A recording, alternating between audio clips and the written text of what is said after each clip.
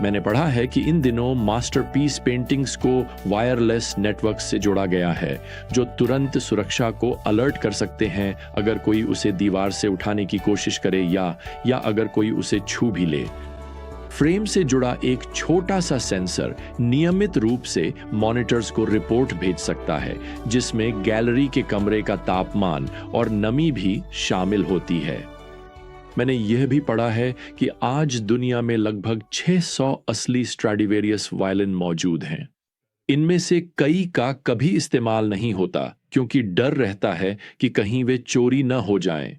आजकल कई वायलिन सुरक्षित रूप से बैंक वॉल्ट्स और निजी तिजोरियों में छुपाकर रखे गए हैं। वे बहुत अधिक बीमित हैं और उनकी कड़ी सुरक्षा की जाती है। तो मुझे बताइए, अगर दुनिया कलाकृतियों और वायलिन जैसी अस्थायी चीजों की सुरक्षा के लिए इतनी दूर तक जाती है, तो हमें लोगों की देखभाल कैसे करनी चाहिए?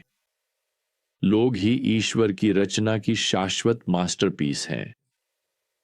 तो जैसे ही हम वापस रोमियो अध्याय 14 में आते हैं, ठीक इसी विषय को पॉल संबोधित करते हैं जब हम अब पद 20 पर पहुंचते हैं, जहां पॉल लिखते हैं, भोजन के कारण परमेश्वर के कार्य को नष्ट मत करो।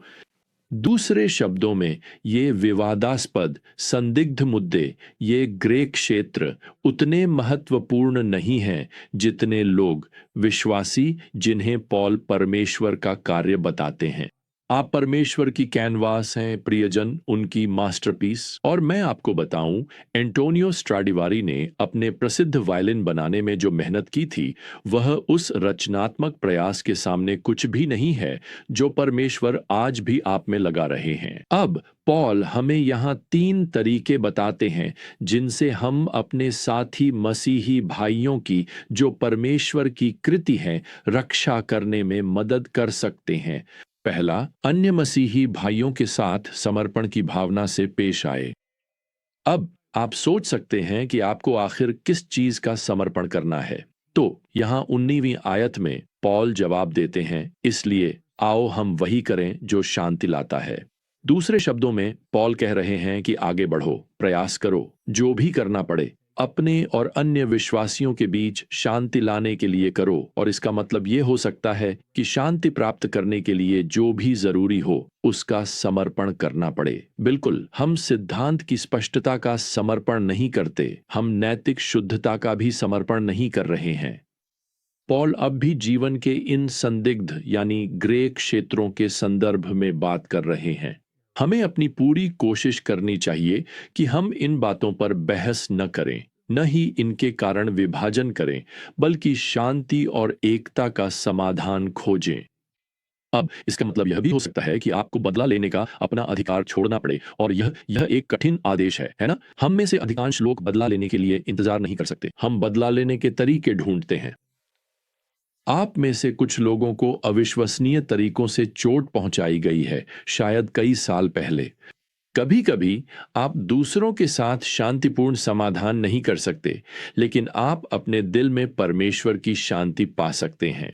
आप समय को पीछे नहीं कर सकते, लेकिन जब आप बदला लेने का अधिकार छोड़ देते हैं, तो आप अपने दिल को आगे बढ़ा सकते हैं। पॉल फिलिप्पियों के 3 अध्याय में लिखते हैं, जो बातें पीछे रह गई हैं उन्हें भूलकर और फिर आगे बढ़ते हुए। दूसरा, दूसरों को आत्मिक समर्थन प्रदान करें। फिर से यहां 19वीं आयत में पॉल लिखते हैं, आओ हम उस बात का पीछा करें जो शांति और एक दूसरे के आत्मिक निर्माण के लिए है। यह आत्मिक निर्माण के लिए जो मूल शब्द है, वह वास्तव में एक घर बनाने का संकेत देता है। यह विचार है कि अन्य विश्वासियों को आत्मिक रूप से मजबूत किया जाए, उनके जीवन को आत्मिक रूप से सुदृढ़ किया जाए, ताकि वे मसीह में बढ़ सकें। तो हम परमेश्वर की उत्कृष्ट कृतियों पर किस तरह के औजारों का उपयोग करते हैं? विनाशकारी औजार, जैसे कि आलोचनात्मक भावना या धैर्य की कमी, या रचनात्मक औजार जैसे प्रोत्साहन और देने वाली उदार भावना। प्रियजनों, हम या तो उन लोगों के जीवन को तोड़ने या बनाने के काम में लगे हैं जिन्हें परमेश्वर ने हमारे जीवन में रखा है। अब तीसरा, लोगों के साथ उचित सावधानी बरतें। यहाँ पद 20 में पौलुस लिखते हैं, भोजन के कारण परमेश्वर के कार्य को नष्ट मत करो। वास्तव में सब कुछ शुद्ध है, लेकिन किसी के लिए यह गलत है कि वह अपने खाने के कारण किसी और को ठोकर खिलाए। यहाँ पौलुस फिर से उस संदिग्ध विषय जैसे भोजन या मंदिर से मांस खरीदने की ओर लौटते हैं। हमें सावधान रहना चाहिए कि हम उस चीज को नष्ट न करें जिसे परमेश्वर बनाना चाहता है, खासकर ऐसे किसी ग्रे एरिया के कारण। एक एक संदिग्ध क्षेत्र एक ऐसा मुद्दा जिस पर बहस हो सकती है, कोई ऐसी प्रथा जिस पर असहमति है और बाइबल उसमें स्पष्ट रूप से कुछ नहीं कहती। इसलिए अपनी स्वतंत्रता का दिखावा मत करो, अपनी आजादी को इधर उधर लहराते मत फिरो। आप अपने आसपास के छोटे विश्वासियों को गिरा सकते हैं। पौलुस यहां पद 21 में लिखते हैं, मांस न खाना, दाख मधु न पीना या कोई भी ऐसा काम न करना जिससे तुम्हारा भाई ठोकर खाए अच्छा है। दूसरे शब्दों में, सावधान रहो।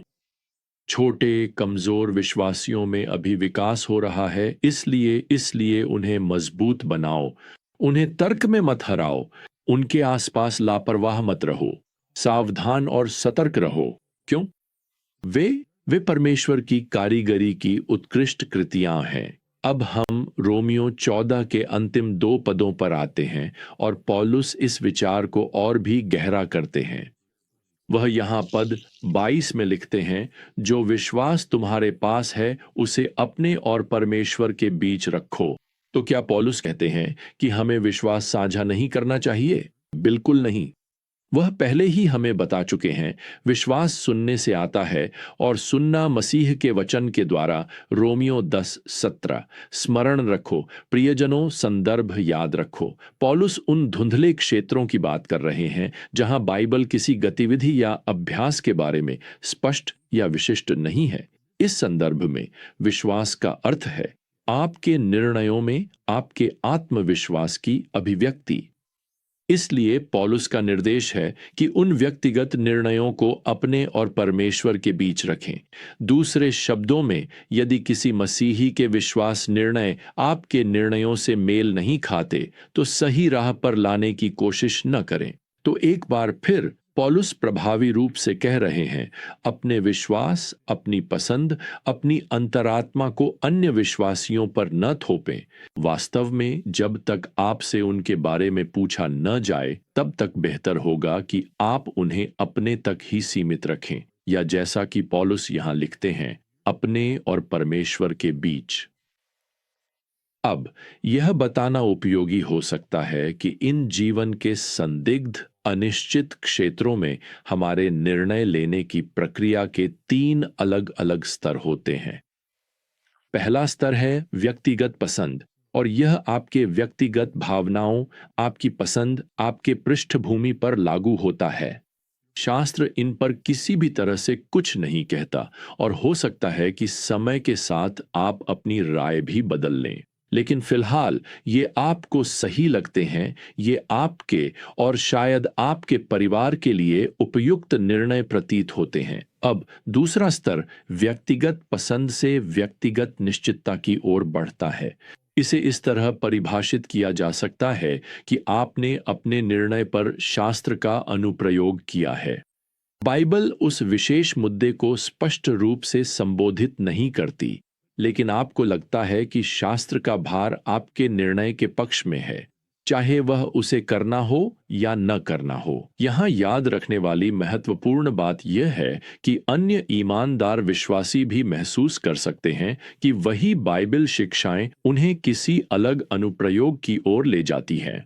इस बिंदु पर, प्रियजनों, यह आपकी जिम्मेदारी नहीं है कि आप उन्हें अपने साथ सहमत होने के लिए बहस करें। पौलुस यहाँ पद 22 में लिखते हैं, धन्य है वह व्यक्ति जिसे अपने द्वारा स्वीकृत बातों के लिए स्वयं पर दोष लगाने का कोई कारण नहीं है।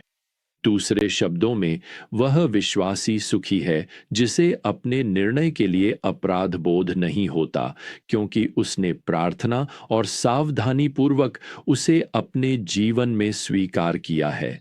अब तीसरा स्तर वह विश्वास है जो एक स्पष्ट बाइबलीय आदेश पर आधारित होता है और बाइबल ऐसे कई मुद्दों पर बात करती है। ऐसे मुद्दे जैसे कि लैंगिक अनैतिकता से भागना, 1 कुरिन्थियों 6:18। खैर, इसके लिए आपको प्रार्थना करने की आवश्यकता नहीं है। यह कोई संदिग्ध क्षेत्र या निर्णय नहीं है जिसे आपको अपने लिए तय करना है। यह पूरी तरह से स्पष्ट है। हम फिलिपियों अध्याय 4 पद 6 से एक और आदेश निकाल सकते हैं जो मूल रूप से कहता है, आभार पूर्ण मन रखें। खैर, यह आदेश लागू करना आसान नहीं है, है ना? लेकिन यह स्पष्ट है, इसलिए यह आपके मन में एक दृढ़ विश्वास होना चाहिए। अब शायद आप पूछ रहे हैं, क्या मैं कुछ ऐसा कर सकता हूं जिसे बाइबल ने विशेष रूप से निंदा नहीं की है? खैर, रोमियो 14 पद 23 में पौल का उत्तर यहाँ है, लेकिन जो कोई संदेह करता है वह यदि खाता है तो दोषी ठहराया जाता है, क्योंकि वह विश्वास से नहीं खाता, और जो कुछ विश्वास से नहीं होता वह पाप है।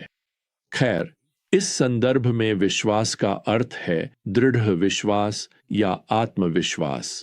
तो अगर आप किसी बात को लेकर संदेह में हैं या आपकी अंतरात्मा आपको उस बारे में परेशान कर रही है, तो उस ओर मत जाएं। अब यह आपके लिए परमेश्वर की ओर से एक अंतर्निहित चेतावनी है कि आप रुकें और उसके बारे में थोड़ा और प्रार्थना करें। तो मेरा मानना है कि हम इस सिद्धांत के साथ समाप्त कर सकते हैं, अगर आप संदेह में हैं तो न करें।